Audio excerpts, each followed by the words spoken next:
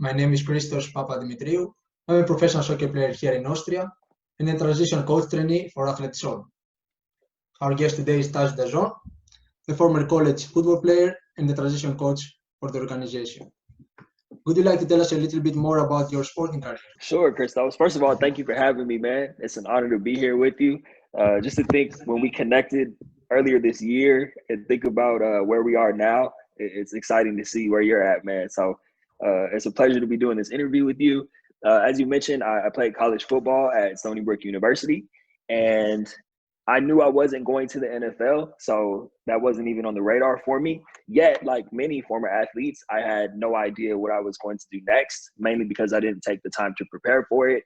I just kind of figured that everything would work itself out like it always had because I was a football star. So after my football career, I came home, was extremely lost, had no idea what I wanted to do next, and just really struggled to find my way. I didn't know what I was interested in outside of football. I didn't know what kind of career path I wanted to go down. I just kind of chose my major in college because it was easy, you know, so I had no idea what I was going to do with it. And obviously that led to a series of challenges for me that many athletes face, not just with my identity, but just my life direction and all that type of stuff. And down the road, I eventually, after having some career success in sales and recruiting, decided that I was going to dive into being a transition coach. Basically, I wanted to be the person that I needed in my corner when I was going through the challenges of the transition. And that's led to some wonderful opportunities, obviously being partnered with Athlete Soul now as a transition coach. And I've been able to help a lot of people and do a lot of great things. Amazing to hear that. So how did you feel like during your transition? Did you experience some mental hurdles? Very challenging, Christos. I mean, I spent 4 years on a scholarship, right? I'm from California. I spent 4 years in New York, just kind of living the life, you know, obviously being on a full ride, everything was taken care of. I had my own place, living with some of my teammates, and to come back home to my childhood bedroom with no job prospects, no income, you know, no idea of what I was going to do was extremely challenging for me. So I definitely went through a long a long period of depression, of anxiety, just because not only was I frustrated with my situation, but I felt like I was in a dark hole because I had no idea how I was going to get out of my situation. So to answer your question, just from a mental perspective, it was very, very challenging. It took me a long time to get out of that. And I think, honestly, that's what, you know, working with former athletes now and helping them through their transition, having gone through that is what allows me to relate to them while they're going through that and being able to kind of guide them out of that. It's amazing because also I am an athlete and I did have some issues like this. And as an athlete and from the culture that I'm coming from, seeking out for help, it's not so common. In the beginning, I did try to find someone to help me. Then I realized that he wasn't the right person for me because he didn't really understand me, even though he had all the degrees. And then with the time, I started to checking a little bit like what is available on internet. Just participating in some development courses and reading books and watching motivational videos, and slowly starting building my self-esteem and my confidence in order to get back where I was, where in the vision that I had. So I guess it is very important, or if you had the chance to choose someone to support you during your transition, would you do it? And if you would do it, who would be this person? I really like what you said about at the beginning where you said asking for help isn't very common. And I think that the example that you set, or the example that I set, because eventually I started reaching out to people for help too. I think that that's huge, that athletes should really heed your words of wisdom there, that you need to be reaching out for help and finding people who can guide you. So at the time when I was going through my transition, there was no Athlete Soul, you know, there were no transition coaches. And like you said, I would reach out to people every now and then, but they didn't really get it. So to answer your question, I would reach out to people who had been in my shoes, you know, a team of former athletes, people who had gone through the transition and were now successful in their businesses, in their careers, and doing great things. Those would be the people that I would have reached out to back then, so I could not only get through the transition, but figure out, okay, how can I carve out a new lane for myself? How can I be successful after my sport? This role as an athlete would not play anymore in your life, like this identity. How did you feel? Very frustrated, only because, well, I put it like this. A lot of athletes, when we're done playing our sport, we still have that drive inside of us. You know, it doesn't just go away. Just because you can no longer put on the jersey and compete, you know, you're still a competitive person. You still want to be the best version of yourself in some capacity. And I think it's important to be able to apply that to the right thing. Because a lot of athletes who have no guidance, right? If you're not working with someone to help you get clear on what you want, a lot of athletes just kind of fall into things, which I did. So I was doing jobs, I was chasing money just to make ends meet. And yes, I would be great. I was producing great results, but I was unsatisfied because I was applying all this energy, all this ambition, all that drive as an athlete to the wrong thing. So even though I was getting results, I wasn't satisfied on the back end. But to answer your question, it's yeah, I think that what I really think about myself, that was the most frustrating part, is not having anything to apply it to. So once I could find a cause, which is helping other former athletes get through their transition, that changes everything, because now I wake up every day and I'm still able to take that go-getter mentality as an athlete and apply it to something I believe in. And that's where you start to see the results come in and the impact being made. As athletes, we're also like, we have this identity that we have been developing all over during our career. And then we end up in a point that if it is taken from us, then what are we, you know? Without having developed some interest during our career, then we end up in a point that we don't know what we want. And that's the thing, like we develop a lot of skills that could be implemented in the life after sports, but we haven't really see what kind of skills do we have, where we are good at, and how we could transfer into the life after sports. During also the pandemic, that we are not allowed to train anymore, and to be able to train alone, it is hard because you don't have your teammates, you don't have this team spirit, and you have to keep moving yourself all the time and motivating yourself how to do it. But rather than that, they feel like frustrated because they don't have things to fulfill their days, and that's a little bit like I see them; they are kind of struggling a little bit on that.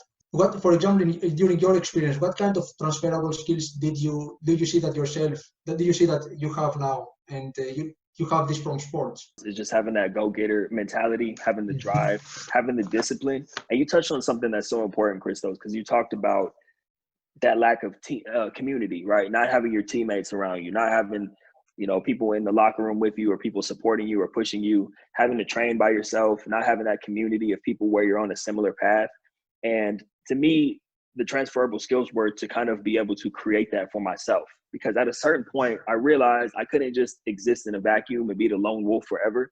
I was going to need people to run with, right? So me having that discipline, or even to be able to create structure, because I think athletes thrive in structure. And like you said, when you're done playing the sport, there's no structure around you, so you almost have to create the structure.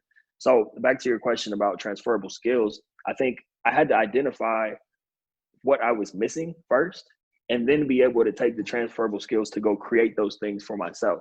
So prime example, I realized I was missing community, or people who were on the same mission. So I use my athletic go-getter mindset to, I'm going to wake up every single day and just reach out to as many people as possible who are doing something similar.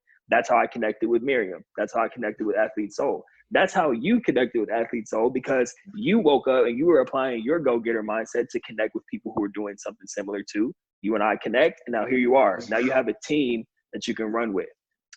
Structure is important too. You mentioned like you have to be able to go train and do things on your own when there's no one blowing the whistle for you, making you do it. You have to do that for yourself. And that's taking the athletic mindset and being able to say, okay, no one's making me do this. I'm going to do this on my own. So those are just, I mean, there's many transferable skills, man. We could talk for hours about all the transferable skills, but those are two of the main ones that come to mind for me.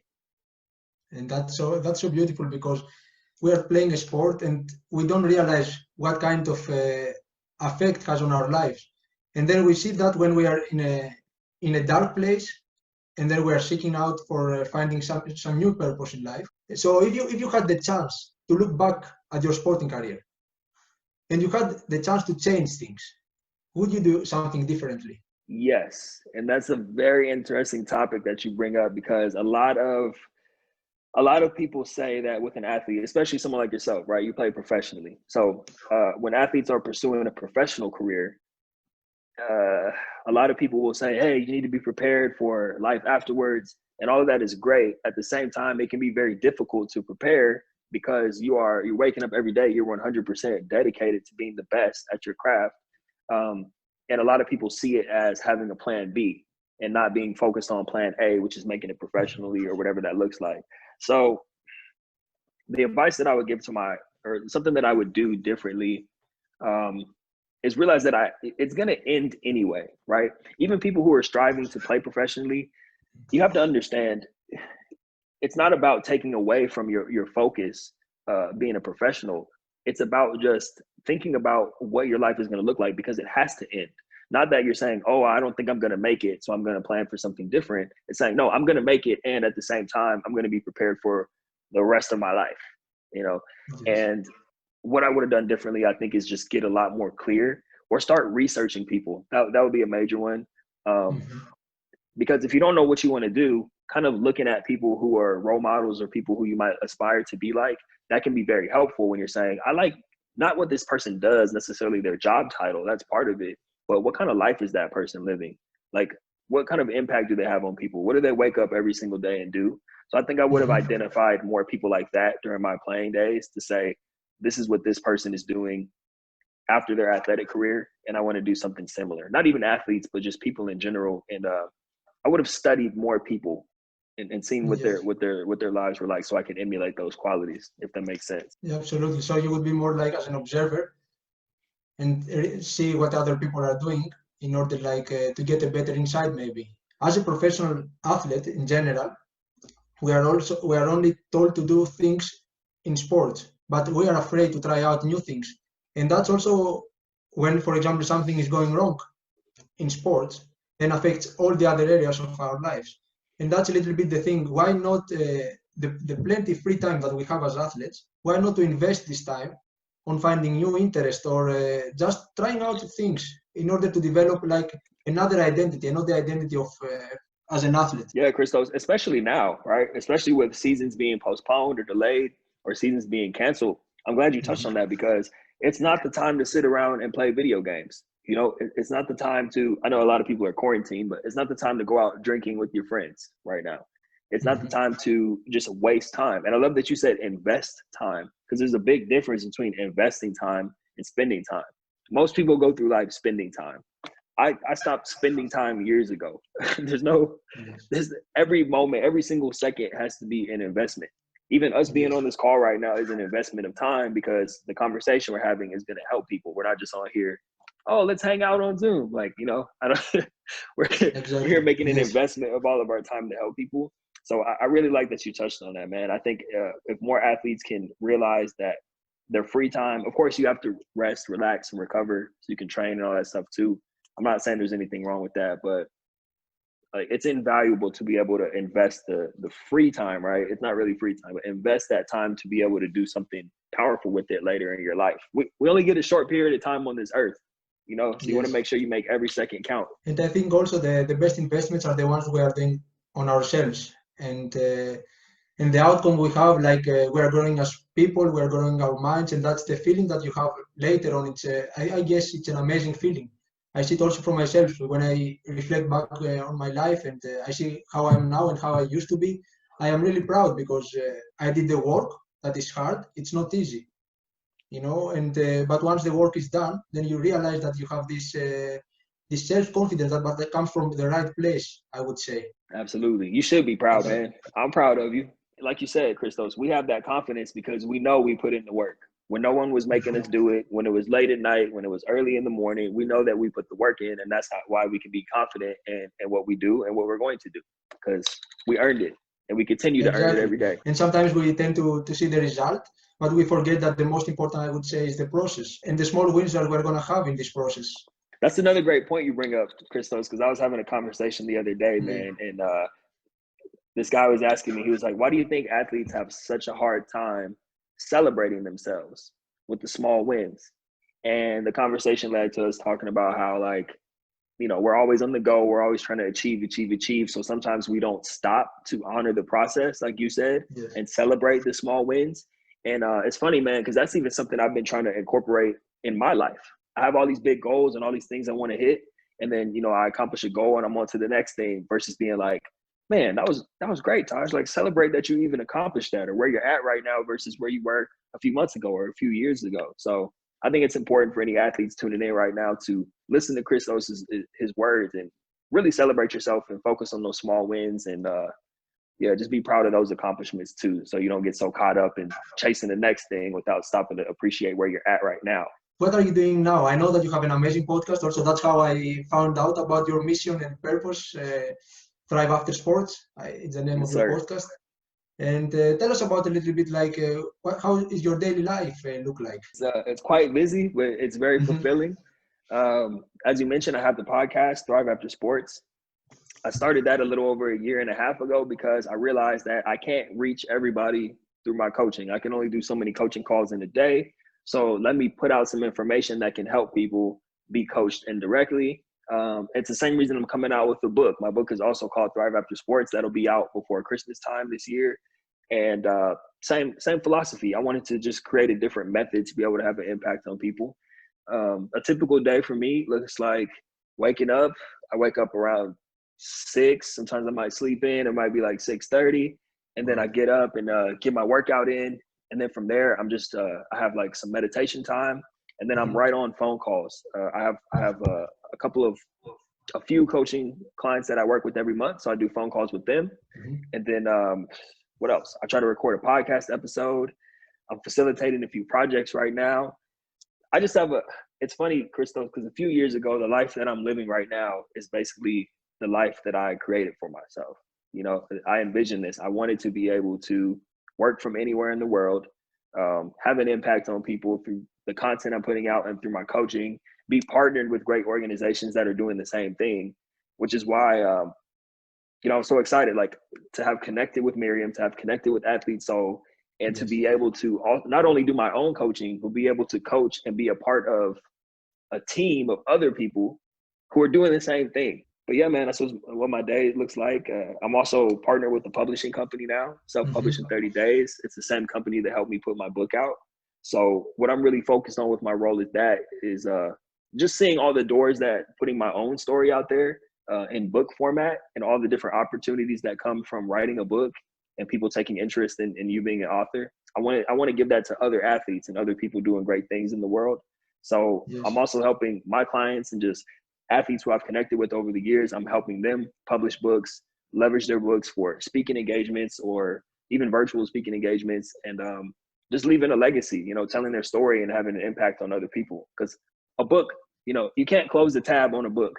You can't like turn it off. A book is forever. It's either sitting on your shelf, even if no one ever reads your book, the book is sitting on the shelf and people are going to look at it and think about you or think about your message and your mission. So also, like, you are going to publish your own book, and there is also hard work behind this success. And I would like to touch a little bit on that how hard it is to write a book, because you were a college athlete. And did you imagine that one day you're going to have your own book? I did not, man. That wasn't even on my radar until a few months ago. So I always thought that I would write a book when I was old and gray, once I made it to the mountaintop, I would write a book just to, like, for the grandkids or something. Like, this is my legacy piece, and leaving people a trail of breadcrumbs. And then it's funny, when you're trying to help someone, you end up helping yourself. So long story short, I had a client and he wanted to write a book. So I looked into my network. Me and you, Christos, we're networking guys. So I'm like, who's in my network that I can help this guy get a book done? So I connected with the company, Self-Published in 30 Days, and the #1 self-publishing company in the world. I reached out to the founder. I helped my client do the book. He sees me and he's like, hey, I see a lot of myself in you. I want to help you. And I was looking for a business mentor at the time too. So he becomes my business mentor. And of course, owning a publishing company is like, you got to write a book. You have a great story. It can impact a lot of people. So I wrote the book. And yeah, man, that's how it came about. And it wasn't hard. To your first point, like, a lot of people think writing a book, it has to take years. They have a great process at the company that I was able to follow. And that's why I'm able to help other people do that now. It only took me 3 months to write the book. And it's not like, some small little thin book. It's an actual serious book. And I wrote it in 3 months because they basically had me break down the process, right? I'm already doing coaching, so that made it easy. I have a coaching curriculum similar to Athlete Soul that helps athletes transition. So I just was able to put that in book format where I focused on one topic per week, sent it in, they edited it, and I did that so on and so forth for like 2 months straight. And by the time 2 months passes by, I have about 10 chapters. And from there, all there was to do was edit it. So I wrote the book in 3 months. Like, it was that simple.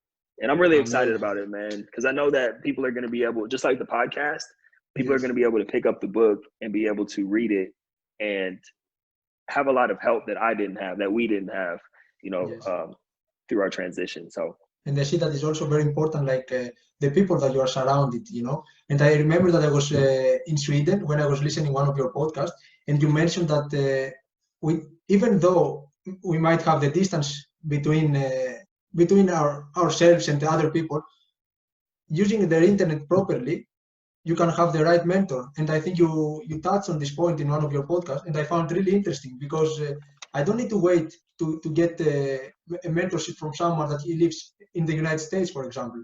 I can just go on internet and just starting checking out and find a bit more information, even if maybe they are selling a course, and I could get directly having a mentor like this that would help me tomorrow in my life. Absolutely, man. Just the fact that you were listening to my podcast in Sweden just blows my mind. You know what I mean? Like I've never been to Sweden, so it's just crazy to think that people in Sweden are listening to my podcast. But so you touched on virtual mentors. That's something that I definitely believe in. I talked about this when I was on the Feed the Soul event, the Athlete Soul panel discussion, and I'm a huge believer in that in the times we're living in, you would be a fool not to start reaching out to people or connecting with people who can guide you, even if it's indirectly, like you said. So you don't necessarily need to be on the phone with someone every day. If you can find a mentor who's willing to do that, whether you're paying them or not, or paying for consulting or just having someone guide you, then by all means do that. But even just following people's work, just listening to their podcast, absorbing their content, reading their books, reading their blogs, we live in a time where there's no excuse to not be learning from people who you feel like you can learn from. If someone, like, I'm the type of person where if I like what someone's doing and I'm inspired by this person, either through their work or just who they are as a human being, then I'm going to absorb every piece of content that they have. I'm going to find everything they've ever done in their career, and I'm going to absorb it so that I can incorporate that into my life. And yeah, man, there's no substitute for virtual mentors. If you obviously, I think you need to have both. You need to have people that you're connected with, that you're spending time with, that you're speaking with, and then have people that you're learning from indirectly. How important is once you have started absorbing this content, how important is the implementation? Because we hear that we read books, we listen to podcasts, but when it comes to play mood, then everybody's scared to try. What do you think about it? Implementation is huge, right? I'm glad you touched on that. Like, as athletes, when do we ever learn something and not implement it? What sense would that make for us to be in the film room, or the coach is going over something over the board, and then you just go out there and do the same stuff that you've been doing? So the same philosophy applies in life. Whatever you're learning, you have to apply it. And just like in sports, you want to apply it as quickly as possible. You don't want to just accumulate all this information and then it's like, all right, it's been a month of me with the door closed in my room reading books and absorbing information. Now I'm going to go try it. Like, anytime I learn something, I try to apply it the same day. Even if I'm watching a podcast or watching a video or listening to a podcast or reading a book, my notepad is there so that I can write it, so that I can implement it. And then whatever I wrote down, I'll review those notes and then go try to implement some of that into what I'm doing. So to your point, man, yeah, you can't just accumulate all this knowledge and be learning from people without applying it. Bruce Lee said, knowing is not enough, we must apply. Willing is not enough, we must do. That's one of my favorite. I used to have that poster in my old apartment, man. So yeah, man, you gotta implement, man. I'm so glad you brought that up. And I think that's also the way to go, because without implementation, if we get into this mindset of making assumptions and not try things out, and because we're afraid that a failure might come, then at the end we will never find out what is on the other side, if we don't try. And that's the right. same in sports, that's in the same in business, in every industry, I would say. Yeah, 100%, man. So if you have any advice, for example, for athletes, that how could they be better prepared in life after sports? What would you say? I would say it's everything we've talked about up until this point. So number one, Mm-hmm. spend some time, invest the time in yourself. And that could look like a bunch of different things. I highly recommend getting clear on what you actually want, almost like dreaming into the future. So Mm-hmm. thinking about, like, for example, when I was playing football, I never thought of myself as, okay, I'm just going to come home and be broke and not have a job. Or my first job, I'm just going to be sitting in a cubicle all day being miserable, right? I I wasn't creating a vision for myself, so I just kind of ended up in these situations that I didn't want to be in. So my number one piece of advice is get clear on what you want, and find someone who can help you do that as well. You know, reach out to Athletes Hope, reach out to Miriam, reach out to me, reach out to Christos. Like, just get connected with people who have gone through the transition and figured out what they wanted to do. And then spend time writing to get clear on what you want as you're connecting with these people, or even before you connect with these people. And then, like we talked about, learn about yourself. Um, Learn about people that you aspire to be like, and implement the things that you're learning. Try them out in your own life. Another thing would be that I would really get, this is a message I really try to drill home to former athletes or to athletes, is to not be so concerned about the money, because the money is always going to be there. Really get clear on your mission and figure out what you want your actual lifestyle to be like. And eventually, as you're continuing to put in work, the money starts to catch up to what you're doing. Because if you're chasing money right away, you're probably going to be ended up in a position where you're just doing things for money versus doing things that make you excited. And yes, that money comes right away, but long term, when you're doing something you enjoy doing, it takes a little longer for the money to come. But when the money comes, when it rains, it pours in a good way. The money starts coming in because of, like we talked about, the work that you put in over time, that starts to catch up. So that's huge. And then there's no shame in, working a job just to pay your bills while you're spending time doing something that you really enjoy. I've worked many jobs, while I was building my way up and building a Mm-hmm. reputation for being a coach. So yeah, man, I know I threw a lot in there, but that's some general advice I would give. And I love this point that you made, that you said that if you do something, if you manage to have a life where you earn your money from doing something that you love, I would say that that's a double win. That is like it's another feeling that goes to another dimension. Like you know that you wake up with a purpose, that has an impact on other people's life, and that's a feeling that I would say that cannot be replaced. 100%. There's no substitute for it. A few years ago when I quit my job, I went broke. I had to Mm-hmm. move back in with my parents, and I wasn't making any money doing what I'm doing. But I was like, I'm willing to do this and be broke for as long as it takes, because I know once I hit that point where I'm at now, where I'm able to wake up and get paid for doing things that I enjoy, there's no substitute for that. Like, my only goal in life after a certain point, after I did the whole, just struggling and chasing money, I was like, I want to get paid to be myself. That's it. I just want to wake up and only do what I enjoy. Obviously, not that I'm just going to sit back and, drink margaritas on the beach, because I like doing that too. But, at a certain point, wake up to help people by being myself and sharing my experiences. And yeah, man, there's no substitute for that type of lifestyle. To get paid to do what you enjoy. And it's such a small percentage of people who are able to do that, because not everyone has the patience to be able to put in the work to reach that point. A lot of people are just comfortable. Well, I have to get money. I have to do what I have to do. Like, okay, Yes. you can do that, but it's going to take, you're going to have to make some sort of sacrifice if you really want to, leave your mark in this world, and live a life that you really enjoy, not just enjoying the weekends. But let me get off my soapbox. We don't even need to go into all that, man. I find it interesting also, like considering the circumstances we have due to the pandemic, and I don't know exactly how it is in the United States, but here in Europe, many countries were experiencing lockdowns, and Mm-hmm. mostly the athletes or people are spending time at home where they are not used to spend their time like this. So what would you recommend? How should they spend the time? What should they invest their time? Yeah, invest that time in and it's the same here in the US. We're quarantined. Mhm. We can't be in social gatherings, but invest that time in just learning, just growing. I mean, you have to. It's like we were talking about earlier. You have to find things that light you up, not necessarily outside of your sport, because there might be something related to your sport that you might want to do. But find things that light you up and invest that time to become the best version of yourself and to start dreaming and visualizing, like we talked about, what you want to do after your sport. You know, I also I don't think I touched on this yet. I think it's important to dream bigger than just being a coach or something like that, right? Because a lot of athletes who I encounter, at first they say they want to be a coach, you know, and that a lot of times, not that some athletes don't make great coaches, but a lot of times the people don't consider other things. They're just like, you know, oh, I played soccer all my life. I played football. I played baseball all my life. So I want to be a coach.